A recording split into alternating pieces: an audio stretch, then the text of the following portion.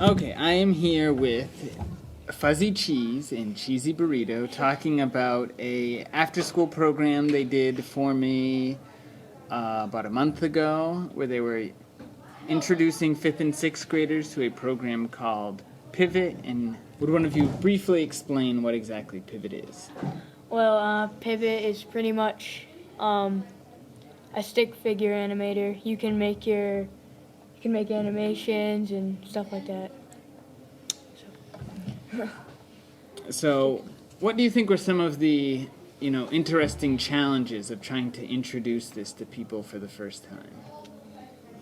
Well, they really didn't get how it all worked, like how to make them run, walk, do all the things. Mm-hmm. They didn't understand how to go frame by frame and move little by little. So would you say that was kind of the biggest challenge? Yeah, that was the biggest challenge for them. The idea of going frame by frame. Yeah, because they'd make like big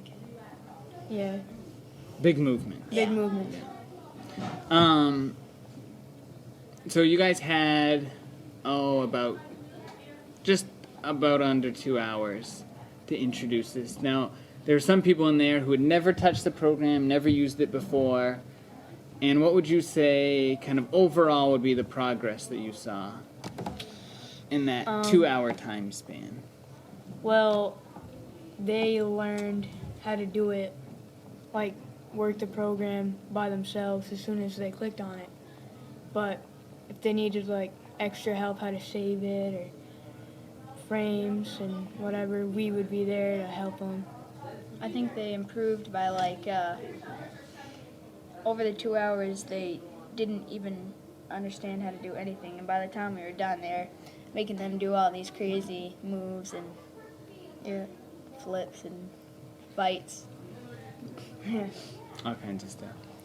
And then by the end, you guys had come up with the ingenious idea of having first, second, and third place that you kind of gave to people who had the best videos. Now, what would you say you were looking at when you were trying to evaluate the level of work that people did?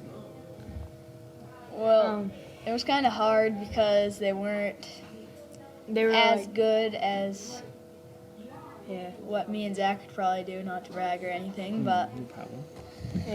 yeah. So it was pretty hard, but we picked one that we both liked. She used a lot of color, a lot of flash, a lot of movement especially, and she also made her own characters, so we liked that, and we gave her first place. So in the future, do you think, like a program like this, once people understand how to use it, obviously there's a certain learning curve to kind of understanding how to use Pivot or Stix, the Mac equivalent. Do you think once people have kind of mastered this, that there's some interesting educational value to the whole mastery of the program itself? It's hard to say. Yeah, I don't really see educational purposes, Yeah, but it's really entertaining. unless you make it so, Unless you make it like you needed to do a project. yeah. Well, yeah, you could do that. But Yeah. I'm saying with the, like the actual learning of the program itself, like learning how frames work and Oh, yeah. different aspects of it like that.